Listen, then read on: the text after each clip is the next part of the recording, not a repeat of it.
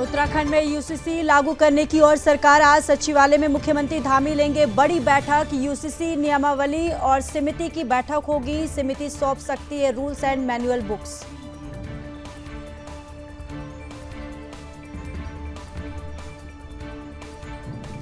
उत्तर प्रदेश उत्तराखंड के पूर्व सीएम नारायण दत्त तिवारी की पुण्यतिथि आज। सीएम धामी ने अर्पित किए श्रद्धा सुमन। सीएम धामी ने श्रद्धांजलि देते हुए कहा, उनके विकास परक कार्य सदैव प्रेरणा स्रोत रहेंगे।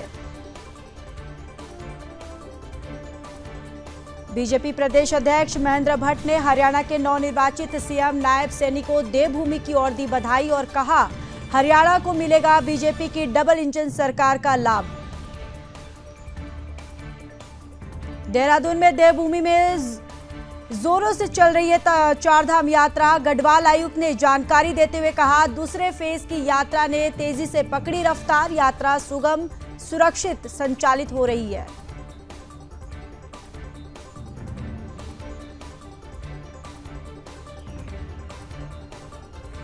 बीजेपी प्रत्याशियों का पैनल केंद्रीय संसदीय बोर्ड को भेजा। केदारनाथ विधानसभा सीट पर उपचुनाव को लेकर तैयारी। संसदीय बोर्ड को भेजे गए 9 लोगों के नाम।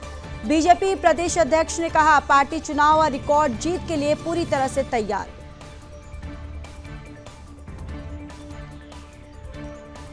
रुड़की में दूसरे दिन भी ड्रग विभाग की छापेमारी जारी। नकली दवाइयों की बिक्री की मिल रही है शिकायत। ड्रग्स इंस्पेक्टर ने कहा, शिकायतों और अनियमितताओं पर होगी सख्त कार्रवाई। जनता को मिले सुरक्षित प्रमाणित दवाइयां।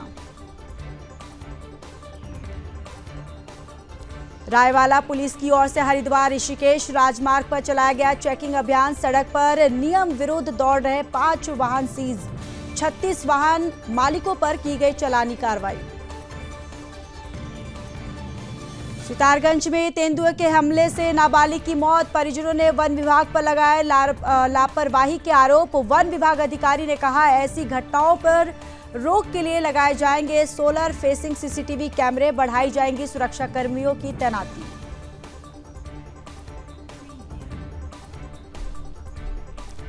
बागेश्वर के उप डाकघर में करोड़ों की धोखाधड़ी का खुलासा। 1500 से अधिक खाता धारकों की जीवन भर की जमा पूंजी खातों से गायब। पोस्टमास्टर के फरार होने के बाद हुआ खुलासा। आक्रोशित ग्रामीणों ने सीबीआई जांच की मांग की। डोईवाला के भानियावाला में हिंदू युवती से छेड़छाड़ का मामला। पैरामाउंट सैलून के मालिक जिहादी मोइन ने की छेड़छाड़। आसपास के गुस्साए लोगों ने की सैलून में तोड़फोड़। छेड़छाड़ करने वाला जिहादी गिरफ्तार।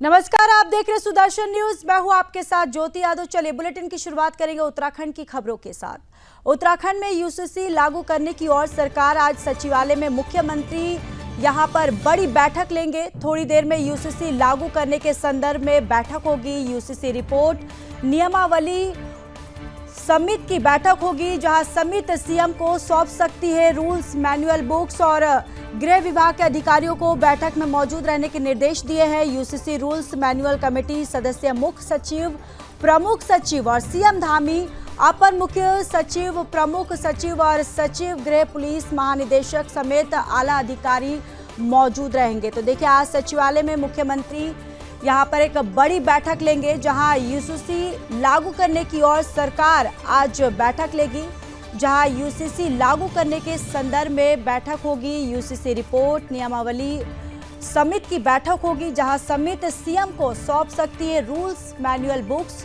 गृह विभाग के अधिकारियों को बैठक में मौजूद रहने के निर्देश दिए गए हैं। और साथ ही साथ यूसीसी रूल्स मैनुअल कमेटी और मुख्य सचिव, प्रमुख सचिव सीएम धामी, अपर मुख्य सचिव, प्रमुख सचिव और गृह पुलिस जो है वो महानिदेशक समेत आला अधिकारी जो है इस बैठक में मौजूद रहेंगे।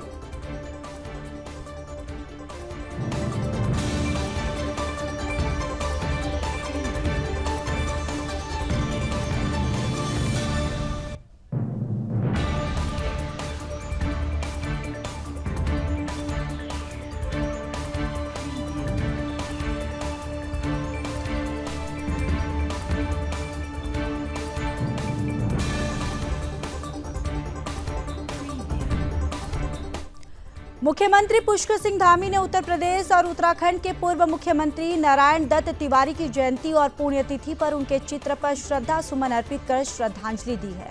मुख्यमंत्री धामी ने कहा कि उन्होंने प्रदेश को औद्योगिक और उन्नति की राह पर अग्रसर करने में महत्वपूर्ण भूमिका निभाई। उनके द्वारा किए गए विकास परक कार्य हमारे लिए सदैव प्रेरणा स्रोत रहेंगे।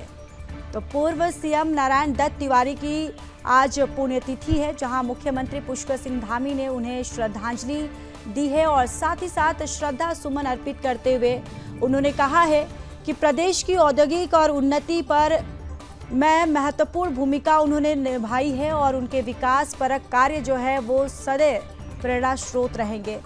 तो देखिए, ये तस्वीरों में भी आप देख सकते हैं कि यहाँ पर मुख्यमंत्री पुष्कर सिंह धामी श्रद्धांजलि देते हुए और श्रद्धा सुमन अर्पित करते हुए यहाँ पर साफ दिखाई दे रहे हैं। सीएम नारायण दत्त जो है, पूर्व सीएम नारायण दत्त तिवारी की आज पुण्यतिथि है, जहाँ पर मुख्यमंत्री पुष्कर सिंह धामी श्रद्धांजलि देते हुए श्रद्धा सुमन उन्हें अर्पित करते हुए यहाँ पर उन्होंने कहा है कि प्रदेश की औद्योगिक और उन्नति में महत्वपूर्ण उन्होंने भूमिका निभाई है और उनके जो विकास परक कार्य जो है, यानी कि उनके जो काम है वो सदैव प्रेरणा स्रोत रहेंगे।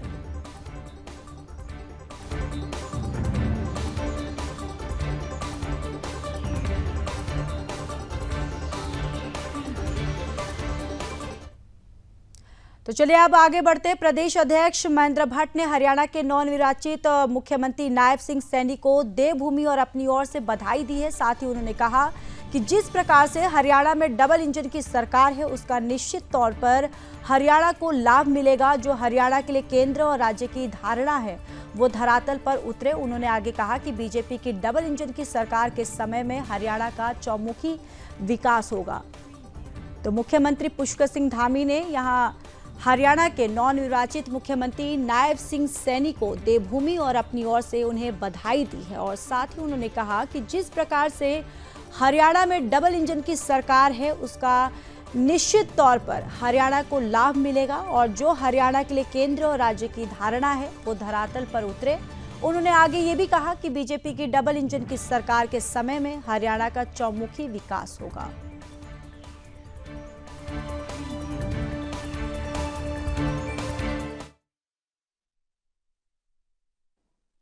हरियाणा के मुख्यमंत्री विधानमंडल दल में नायब सिंह सैनी जी को पुनः विधायक मंडल दल का नेता चुना गया है।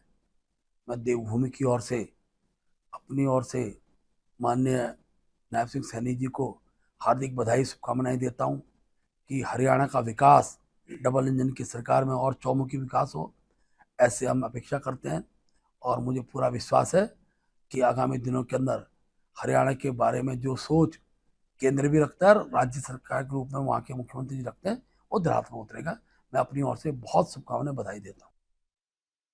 तो चलिए खबरों में आगे बढ़ते। पिछले कई समय से देवभूमि उत्तराखंड में चारधाम यात्रा जोरों से चल रही है, जिसकी जानकारी देते हुए गढ़वाल आयुक्त विनय शंकर पांडे ने कहा कि दूसरे फेज की यात्रा शुरू होने के बाद चारधाम यात्रा ने तेजी से रफ्तार पकड़ी है, जिसके बाद यात्रा बहुत ही सुगम और सुरक्षित संचालित हो रही है। केदारनाथ आपदा के दौरान जरूर जो यात्रा की रफ्तार धीमी पड़ गई थी, लेकिन उसके बाद चारों धामों में श्रद्धालुओं की भीड़ जो है वो बढ़ना शुरू हो गया है, जिसके बाद कहा जा सकता है कि इस बार की चारधाम यात्रा बहुत ही सफल रहने वाली है।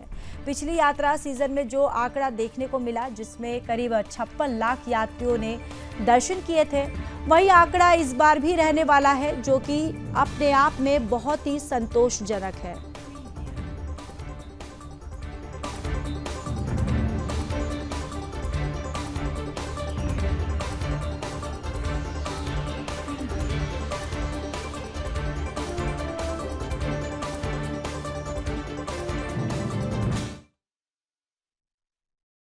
देखिए, चारधाम यात्रा बड़ी जो इसका सेकंड फेज था ये, और आपको पता है कि ये 2 और 3 नवंबर को क्रमशः यमुनोत्री, गंगोत्री और केदारनाथ धाम जी के कपाट बंद होंगे और 17 नवंबर को बद्रीनाथ धाम जी के कपाट बंद होंगे।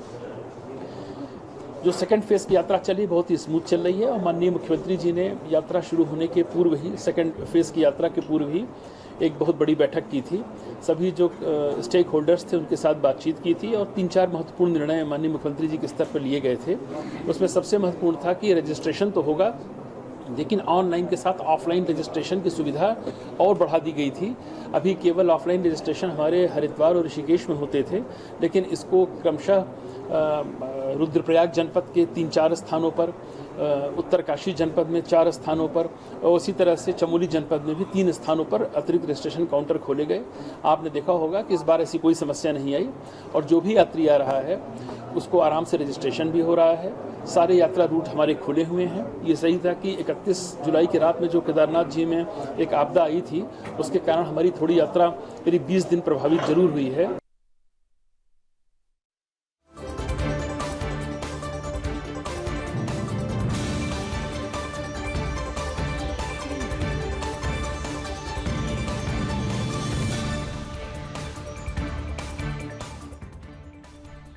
बीजेपी ने केदारनाथ विधानसभा सीट पर उपचुनाव के लिए प्रत्याशी के नामों का पैनल केंद्रीय संसदीय बोर्ड को भेज दिया है, जहां पैनल में पूर्व विधायक आशा नौटियाल, कुलदीप रावत, कर्नल अजय कोठियाल और पूर्व विधायक स्वर्गीय शैला रानी रावत की बेटी ऐश्वर्या रावत समेत कुछ और नाम भी शामिल है। बीजेपी के प्रदेश अध्यक्ष महेंद्र प्रसाद भट्ट ने बताया, पैनल में 9 लोगों के नाम केंद्रीय संसदीय बोर्ड को भेज दिए गए हैं। उन्होंने कहा कि पार्टी संगठन बूथ और पन्ना स्तर पर चुनाव लड़ने और रिकॉर्ड जीत दर्ज करने के लिए पूरी तरह से तैयार है। जल्द ही पैनल के नामों पर विचार कर केंद्रीय नेतृत्व पार्टी के अधिकृत उम्मीदवार का नाम घोषित कर देगा। इसके बाद हम अपनी चुनावी रणनीति के अगले चरणों को अंतिम रूप देने का आरंभ कर देंगे।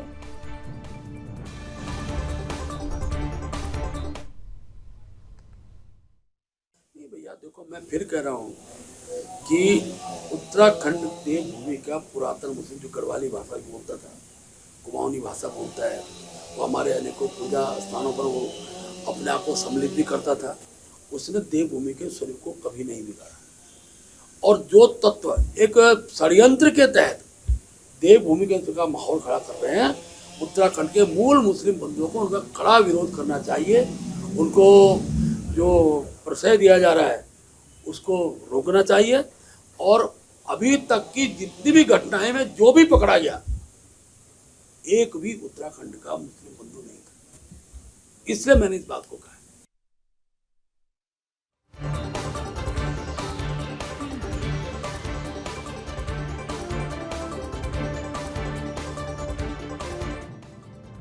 तो चलिए अब बात कर लेते हैं रुड़की की, जहां रुड़की में नकली और प्रतिबंधित दवाइयों की बिक्री की शिकायतों के बाद ड्रग्स इंस्पेक्टर अनीता भारती के नेतृत्व में छापेमारी का सिलसिला जारी है। छापेमारी के दौरान कुछ दवाइयों के सैंपल लिए गए, जिन्हें जांच के लिए भेजा जाएगा। आपको ये भी जानकारी देते चले कि बीते दिन साफ सफाई और अन्य अनियमितताओं के कारण कुछ मेडिकल स्टोर पर ताला लगाया गया था। ड्रग्स इंस्पेक्टर अनीता भारती ने बताया कि रामपुर चुंगी स्थित मेडिकल स्टोर पर निरीक्षण किया गया, जहां कुछ दवाइयों के सैंपल लेकर उन्हें जांच के लिए भेजा गया। उन्होंने बताया कि बीते दिन रुड़की के कई मेडिकल स्टोरों पर औचक छापेमारी की गई थी। उस दौरान रामपुर चुंगी के एक मेडिकल स्टोर के स्वामी की अनुपस्थित के चलते स्टोर पर तालाबंदी कर दी गई थी। आज मेडिकल मालिक की मौजूदगी में स्टोर का ताला खोला गया और दवाइयों की बारीकी से जांच हो गई है।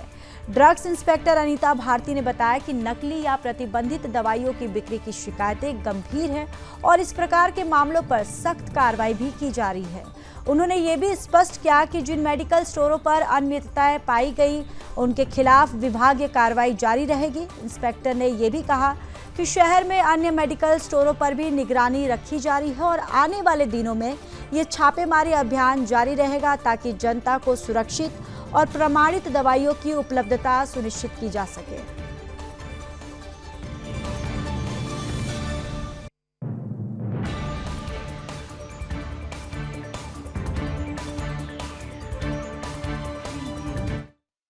क्षेत्र से मुझे लगातार शिकायतें मिलती रहती हैं कि कहीं पर नकली दवाइयाँ बेची जा रही हैं, कहीं पर नशीली दवाइयाँ जो है बिना प्रिस्क्रिप्शन के दी जा रही है। इसी के रिगार्डिंग मेरे द्वारा कल भी और आज भी यहाँ पर विजिट किया गया और ये आज मैं यहाँ पे आई हूँ। कल मैं यहाँ पे आई थी तो यहाँ पे ऑनर्स नहीं थे, तो दुकान मेरे द्वारा बंद कराई गई थी, और आज इन्हें बुला करके जो इनके समक्ष मेरे द्वारा 4 दवाइयों के सैंपल लिए गए हैं, ताकि पता चल सके कि यहाँ क्षेत्र में किस टाइप की दवाइयाँ बिक रही हैं। ये होलसेलर हैं, यहाँ पर अन्य भी जो होलसेलर हैं उनके यहाँ से भी दवाइयाँ जो है सैंपल जांच हेतु भेजे जाएंगे।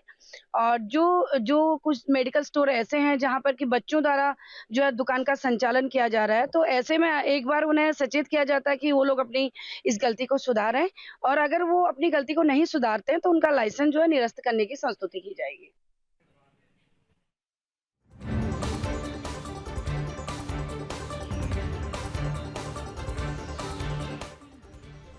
तो चलिए अब आगे बढ़ते। ऋषिकेश कोतवाली के अंतर्गत आने वाले थाना रायवाला पुलिस की ओर से हरिद्वार ऋषिकेश राजमार्ग पर सत्यनारायण मंदिर के पास चेकिंग अभियान चलाए गए। इस अभियान के तहत परिवहन नियमों का उल्लंघन कर सड़क पर दौड़ रहे 5 वाहनों को सीज किया गया और 36 वाहन मालिकों पर चालानी कार्रवाई की गई।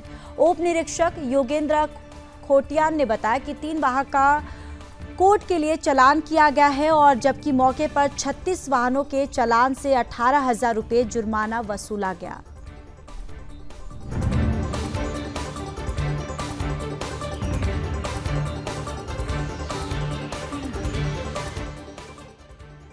सितारगंज नानकमता के ग्राम बूढ़शाला घर के आंगन में अपने घर में बच्चे के खेल रहा था, तभी उस पर अचानक से तेंदुए ने हमला कर दिया। साथ ही खेल रहे बच्चे और परिजनों के शोर मचाने पर तेंदुआ बच्चों को घर के आंगन में छोड़कर जंगल की तरफ भाग गया। 13 वर्षीय घायल बच्चे को परिजन आनन फानन में सितारगंज उप जिला चिकित्सालय ले गए, जहां चिकित्सकों ने बालक को मृत घोषित कर दिया। मृतक गोपी के परिजनों का रो रो कर बुरा हाल है। वन विभाग पर लापरवाही का आरोप लगा रहे हैं। ग्रामीणों के अनुसार हर साल इस प्रकार की घटनाएं होती हैं, लेकिन वन विभाग इस पर कोई ध्यान नहीं दे रहा। वहीं नानकमता विधानसभा के पूर्व बीजेपी विधायक प्रेम सिंह राणा ने वन विभाग से क्षेत्र में लोगों को जंगली जानवरों के हमले से बचाए जाने के लिए सुरक्षा के इंतजाम किए जाने की बात कही। वहीं वन विभाग के अधिकारी का कहना है कि इस तरह की घटनाओं को रोकने के लिए सोलर फेसिंग सीसीटीवी कैमरे और वन विभाग सुरक्षा कर्मियों की तैनाती बढ़ाई जाए। पीड़ित परिवार को उचित मुआवजा दिया जाए।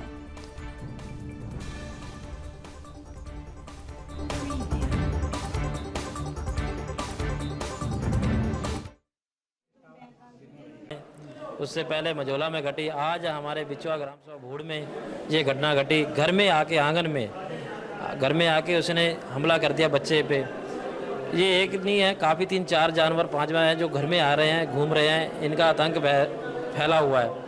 हम यही चाहते हैं सरकार से भी और वन विभाग जो बड़े अधिकारी उनसे यही चाहते हैं कि हमारी सुरक्षा के लिए कड़े इंतजाम किए जाएं कि आगे ऐसी घटना ना घटे। ये नहीं कि आज हमें आश्वासन मिले, कुछ दिन हो जाएं, वो भूल जाएं, तो ये चीज़ नहीं होनी चाहिए हमारे साथ। हम गरीब परिवार से, हमारा गांव जंगल से लगा हुआ है, गरीब परिवार है। ऐसे नहीं है कि वैन पे जाए बच्चे, स्कूल जाते पैदल हैं, कुछ साइकिल पे जाते हैं। किसी प्रकार किसी समय भी ये हमला कर सकता है। एक घुड़झाला गांव में गुरप्रीत नामक बालक की दुखद मृत्यु का समाचार मिला। उस पर हम यहाँ पहुँचे तो जो स्थानीय व्यक्तियों के अनुसार ये गुलदार के द्वारा किया गया हमला बताया गया। तो इसलिए हम यहाँ पर आज हैं कि एक तो जो शोकाकुल परिवार है उसको सहानुभूति व्यक्त कर सके, शेष जो भी विभागीय सहायता होगी वो उपलब्ध कराई जाएगी। और इसी संबंध में जो भी वहाँ की स्थिति है उसके लिए स्टाफ को तैनात कर दिया है और कैमरा ट्रैप इत्यादि वहाँ स्थापित कर रहे हैं। और शीघ्र ही इसमें जो भी यथोचित कार्रवाई होगी, और जैसा ग्रामीणों के द्वारा मांग भी की जा रही है कि क्षेत्र में सोलर फेंसिंग लगाई जाए, उसके लिए भी प्रस्ताव तैयार कर भेजा जाएगा और शीघ्र ही इस कार्य को पूर्ण कर दिया जाएगा।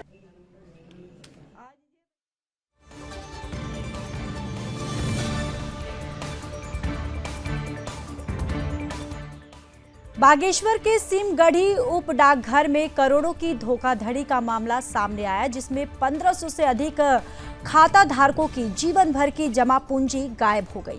आपको बताते चले कि पोस्ट मास्टर के फरार होने के बाद इस घोटाले का खुलासा हुआ, जब खाता धारकों ने अपनी पासबुक ऑनलाइन चेक करवाई और पता चला कि उनके खातों में जमा की गई राशि अचानक से गायब हो चुकी है। तो सिमगढ़ी, मझेड़ा और आसपास के गांव के सैकड़ों लोग कमेडी देवी पोस्ट ऑफिस पहुंचे, जहां उन्होंने अपनी पासबुक में लाखों रुपए की जमा राशि दर्ज पाई, लेकिन ऑनलाइन जांच करने पर खाते में मामूली रकम दिखाई गई। ग्रामीणों का आक्रोश देख पुलिस को मौके पर बुलाना पड़ा। इस पूरे मामले में ग्रामीणों ने सीबीआई जांच की मांग की है।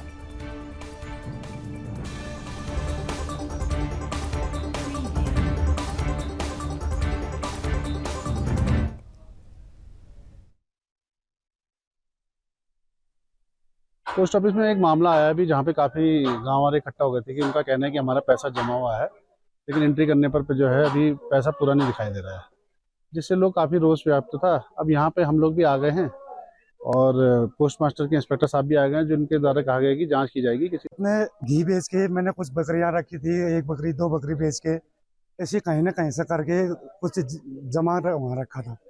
तो मैंने बीच में 50,000 की ऐसे अफ्तियाँ कराई।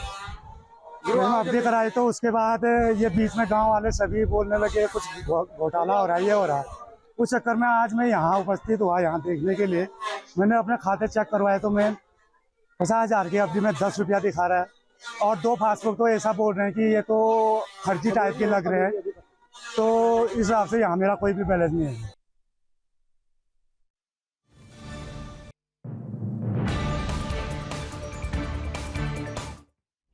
तो चलिए आगे बढ़ते बात कर लेते हैं डोईवाला की, जहां पर डोईवाला भानियावाला में एक हिंदू लड़की से छेड़छाड़ की गई है। पैरामाउंट सैलून मालिक जिहादी मोइन ने छेड़छाड़ की है, जहां आसपास के गुस्साए लोगों ने सैलून में तोड़फोड़ की और हिंदू लड़की से छेड़छाड़ करने वाला जिहादी जो है वो गिरफ्तार कर लिया गया है। ये बड़ी जानकारी देखिए, डोईवाला से ये बड़ी खबर सामने आ रही है, जहां डोईवाला भानियावाला में एक हिंदू लड़की के साथ छेड़छाड़ की गई है। पैरामाउंट सैलून मालिक जिहादी मोइन ने लड़की के साथ छेड़छाड़ की और आसपास के गुस्साए लोगों ने सैलून में तोड़फोड़ की है और हिंदू लड़की से छेड़छाड़ करने वाला जिहादी गिरफ्तार हो गया है।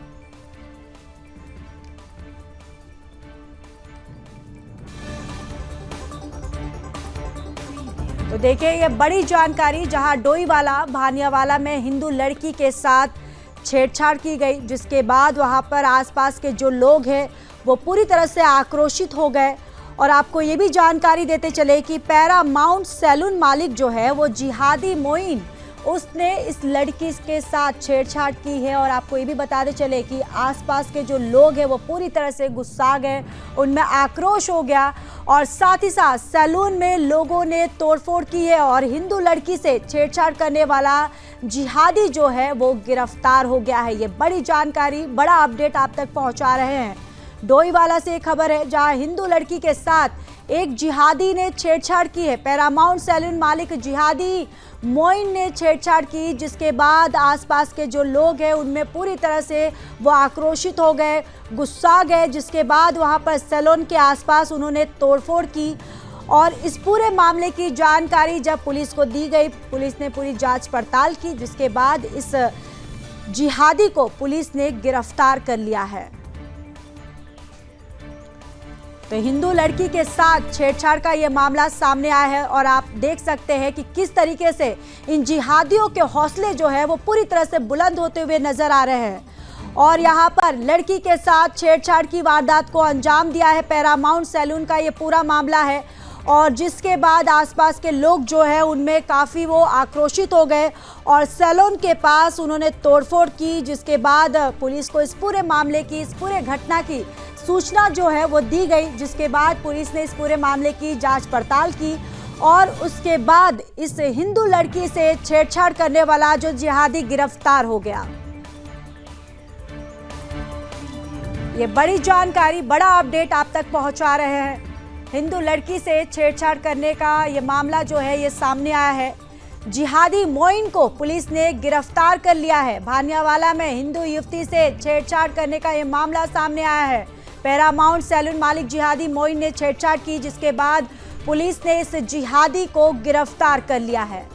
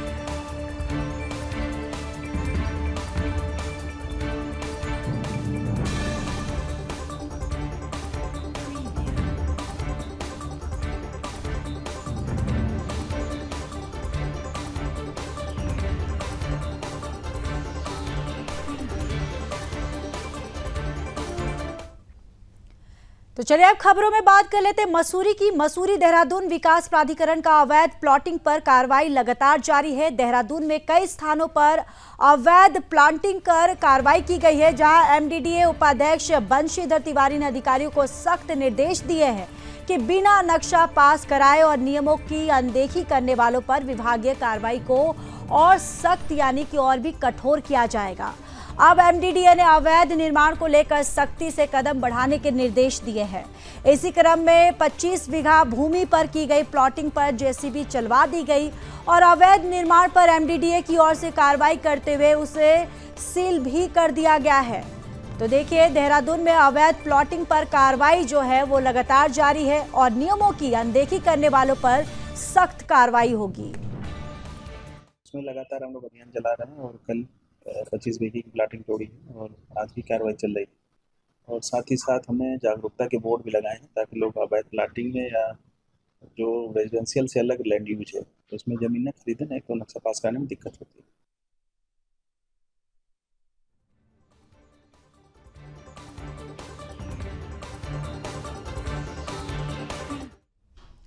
उत्तराखंड के बुलेटिन में फिलहाल के लिए बस इतना ही। बाकी देश और दुनिया की तमाम बड़ी खबरों के लिए देखते रहिए सुदर्शन न्यूज। जय हिंद।